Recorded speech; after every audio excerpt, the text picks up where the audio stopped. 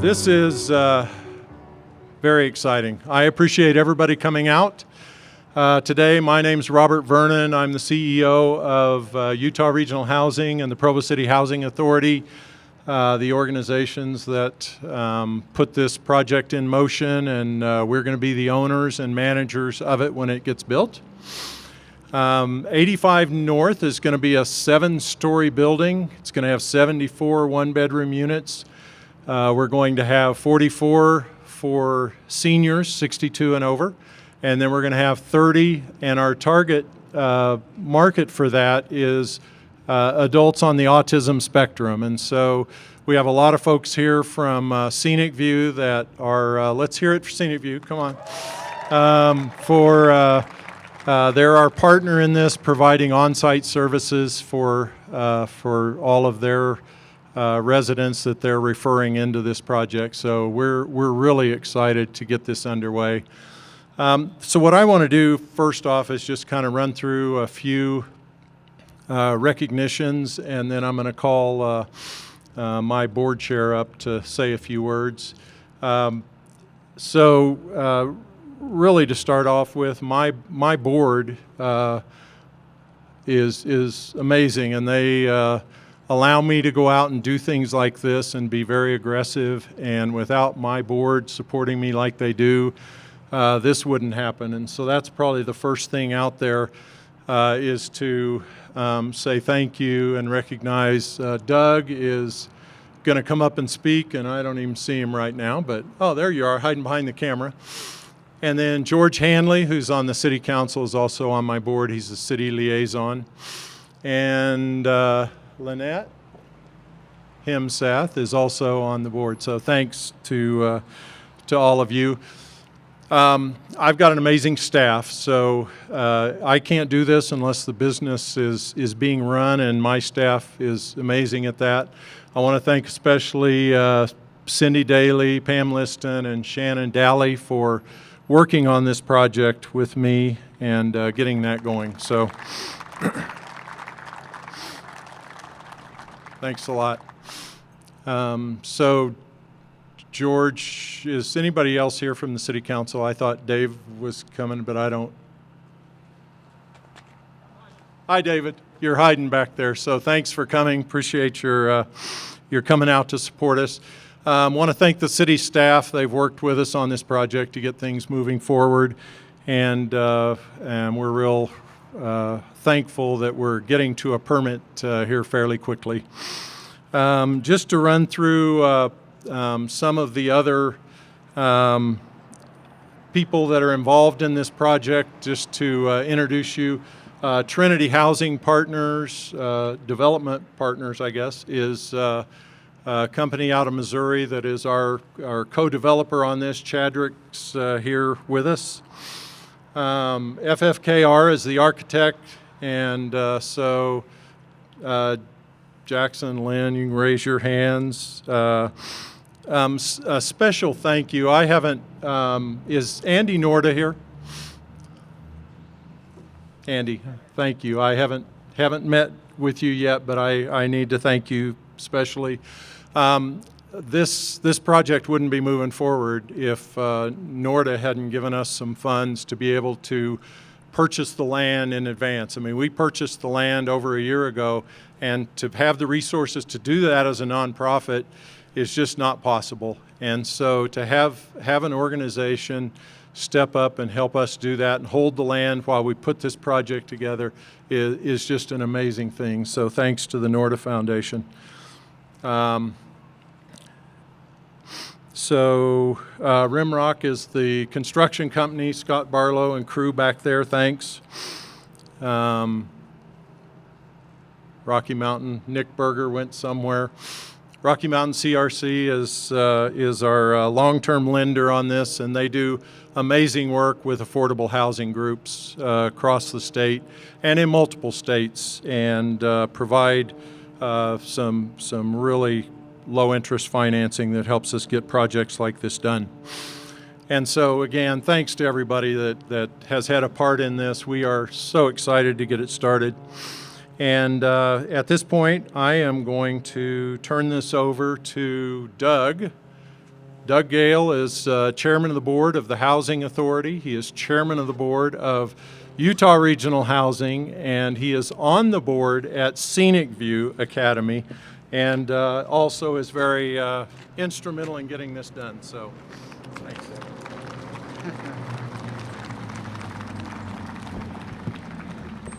And my chairman of the board is Cynthia Gale, right back here.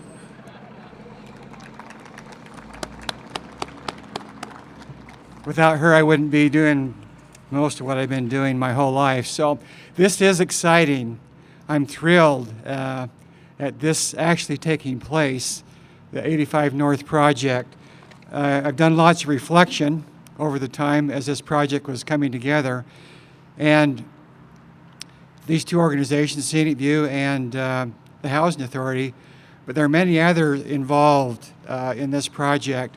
And I think about what goes on in Utah Valley, and we have two major universities with Brigham Young University and Utah Valley University with their Melissa Nelson Autism organization. And I think of the Valley here. So we have these institutions that work to provide support for seniors, for adults with autism.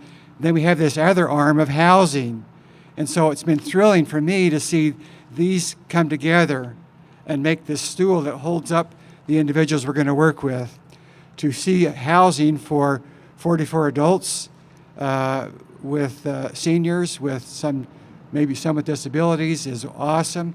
But to see housing for 30 adults with autism. And if you look around you, you're probably looking at some of these adults.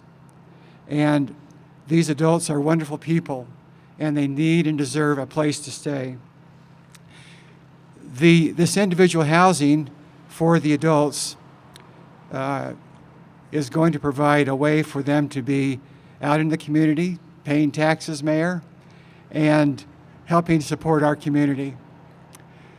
ScenicView has a great track record with the adults they're working with. If you look nationally at autism, there are individuals with autism all over the United States, particularly all over the world, but Utah County is a hot box for adults with autism. It's also, there's plenty of seniors here.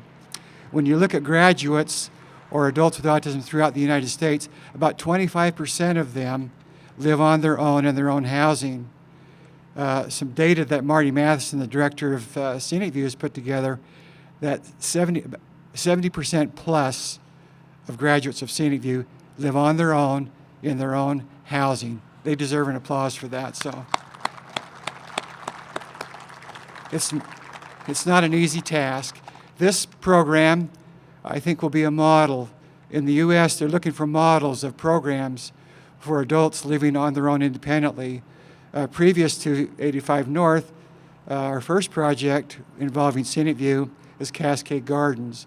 There are 5 individuals that have been living there, and they're happy. That project is just due west of us over on 5th West, and it's a wonderful project. They also have Geneva Road housing, which has 8 individuals living in it. So I applaud the efforts of the staff, but I mostly applaud all of you and the support you've given for this project. It's a very complex project.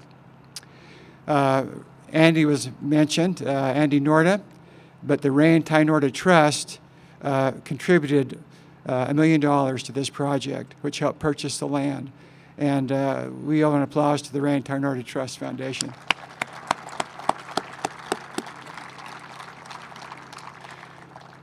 I have the privilege of being on both of these boards, and the housing we're trying to develop through Utah Regional Housing and Provo City Housing Authority is we're trying to develop housing that fits the individual. We have an agreement with Utah County Housing Authority that Provo Housing Authority can develop and provide housing throughout Utah County. We often hear that Provo City is the repertoire of a high influx of individuals with needs, but as a housing authority and as Utah Regional Housing, we're developing housing throughout the county and maybe even beyond, because we all know that diversified housing and mixed use and mixed developments are good. this will be a development. It's close proximity. The bus lines are there, the grocery stores, the library, everything's here. I appreciate this opportunity and appreciate this event. Robert Vernon, when we hired him as director, he told me to get my running shoes on and start running, and I've been running ever since. He's truthful. He's run my legs off sometimes. Oh, there you are. I was going to wear tennis shoes just in that recognition, but anyway. ScenicView ran the pants off me too at times, so I appreciate that. But I would be remiss if I didn't mention the staff at Utah County Housing, at Provo City Housing Authority. Sorry, I know both. Anyway, Dean, give the staff a hand. It's a small staff. It's amazing what they're doing. So thank you. Thanks for your support, and enjoy this wonderful event. Thank you.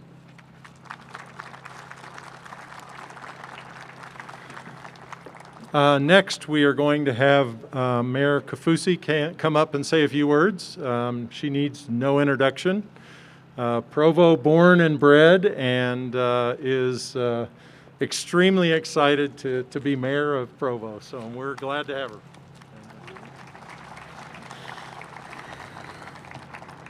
It's fun to speak right after Robert. It's one of the first times I haven't had to adjust a mic because I'm super tall and he's super tall. So welcome, everybody. And I want to say a special thanks to Councilmember Shipley and Councilmember Handley for being here with me today. Raise your hands. People don't know who you are. There they are. Those people are my people, and they're who runs the city with me. So I appreciate them very much. I want to just talk for a minute about ScenicView and Marty Matheson. And I am just getting choked up because Marty and I grew up together. And he's such a dear friend of mine. We have been dear friends since junior high at Dixon Middle School and then over at Provo High. And so this is my 11th year holding a political office. And so when I jumped in and wanted to kind of figure out what the city was all about, Marty was so kind and gracious and extended an invitation for me to go to ScenicView. And I was so impressed with the facility, but I was more impressed with the students. They were amazing. And I've gone over there for lunch. I've gone over to practice with them with introductions, and Marty will coach me and we'll talk about having them keep eye contact with me. And every time I leave ScenicView, I'm a better person and I'm a better mayor. And anyways, so thanks, Marty, for all you do. I really do love you. So I just have a couple little talking points about how excited we are for this to come to Provo. Provo has earned its reputation as a compassionate community. This project is an impressive example of how a thriving community takes care of the most vulnerable citizens. While this project will make a significant difference, there is still a great need for affordable housing for seniors and disabled individuals. Utah has a very large population on the autism spectrum, and this population is vulnerable and has difficulty finding housing because autism does not meet the federal definition for disability. We look forward to a continued partnership with Utah Regional Housing and Provo City Housing Authority as we focus on the pressing needs of those who so often go unseen. So thank you for allowing me to be here, Robert.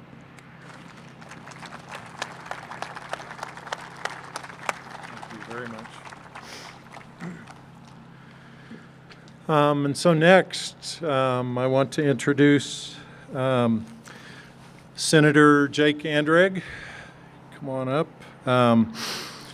Senator Anderegg is co-chair of the Commission on Housing Affordability, and over the last few years, the senator has become a true proponent and benefactor for the affordable housing industry.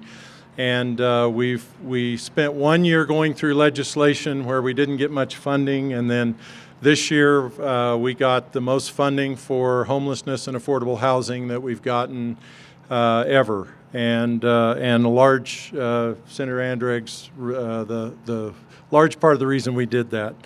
And so the bill that was passed, SB 164, is Utah Housing Affordability Amendments, provides a lot of structure for housing to move forward to take care of homeless and the affordable housing, just build more units. And so that's what they're focused on. And as we get more and more money, we're excited as housers that do that to have the money and the tools to do that. So we really appreciate it. So thank you, Senator.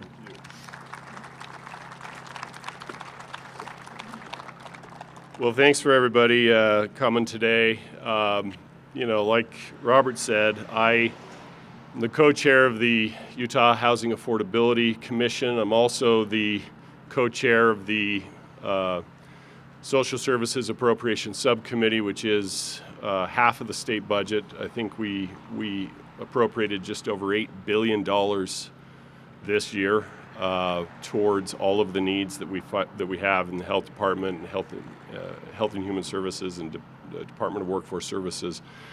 In my role for both of those committees and commissions, I have seen firsthand that intersection of this needing population, not needy, needing population.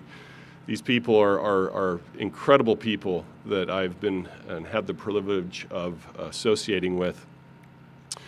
And it is, one of the things that we were able to do this year is we actually sat down with several of the large philanthropic and for-profit, nonprofit businesses here in the state of Utah. There's quite a bit of CRA money that IHC, Ivory Homes, Zions Bank, and a few others have. We worked throughout the summer, and they came to us, Gale Miller and Clark Ivory came to us the first week of the session and said, if the state will put up $105 million, we'll match it at 14-1 towards housing, towards homelessness, towards services. Ultimately, we weren't able to do $105 million, but we did do $50 million. And the press conference that was held the last week of the session, these philanthropic groups put $740 million into housing. Now, the problem, that's big. The problem I have is I'm from Utah County, and most of them are up in Salt Lake County, which is good.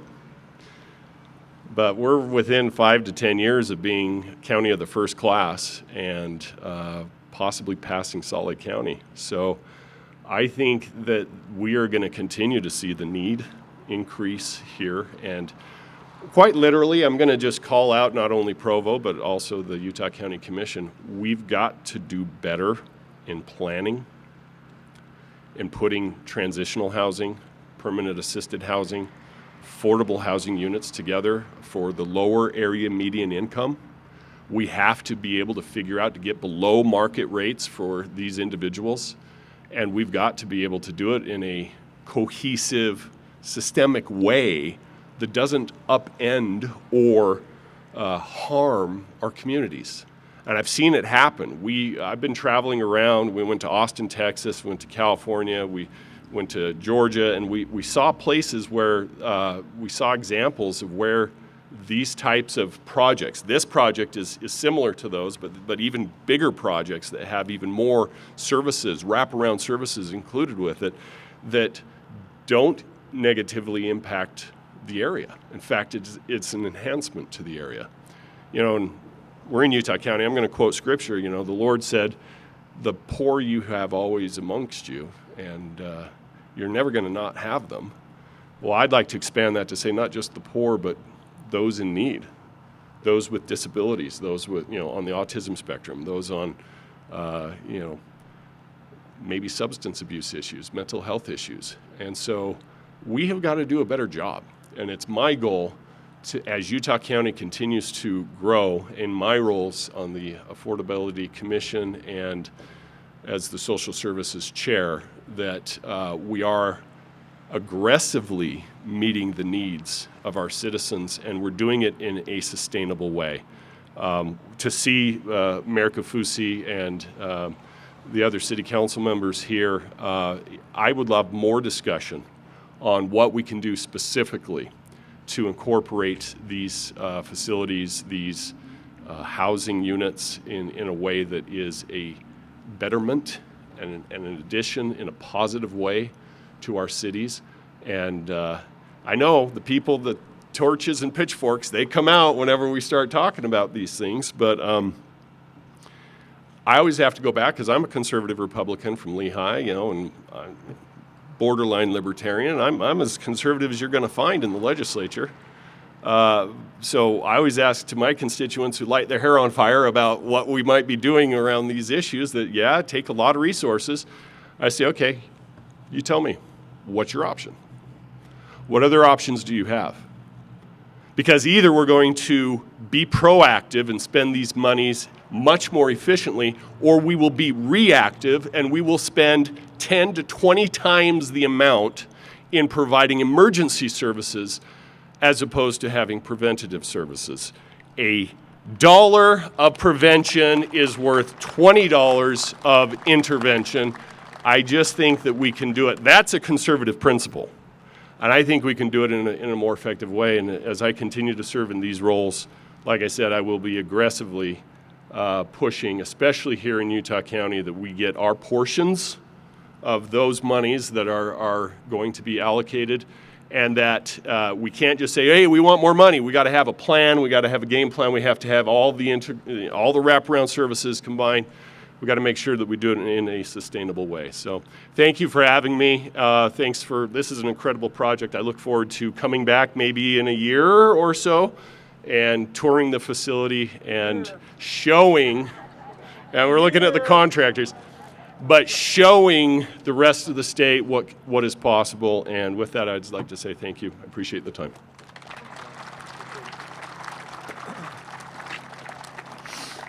So thanks again for coming. We are going to step over here, and the people that are grabbing shovels, we're going to just have a little photo op over here. So we'll move over that way. I'll grab you. I'll stick around. I do need to talk to you. They help us.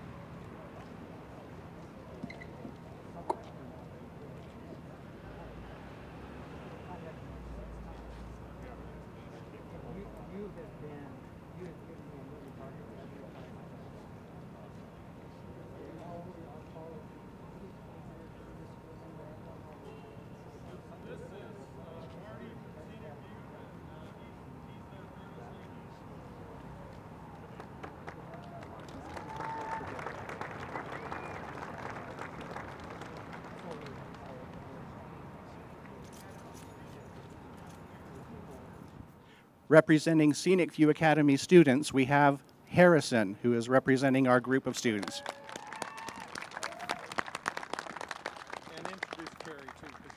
And we'd like to introduce also Carrie Bushman, who she has been the project manager from ScenicView Academy.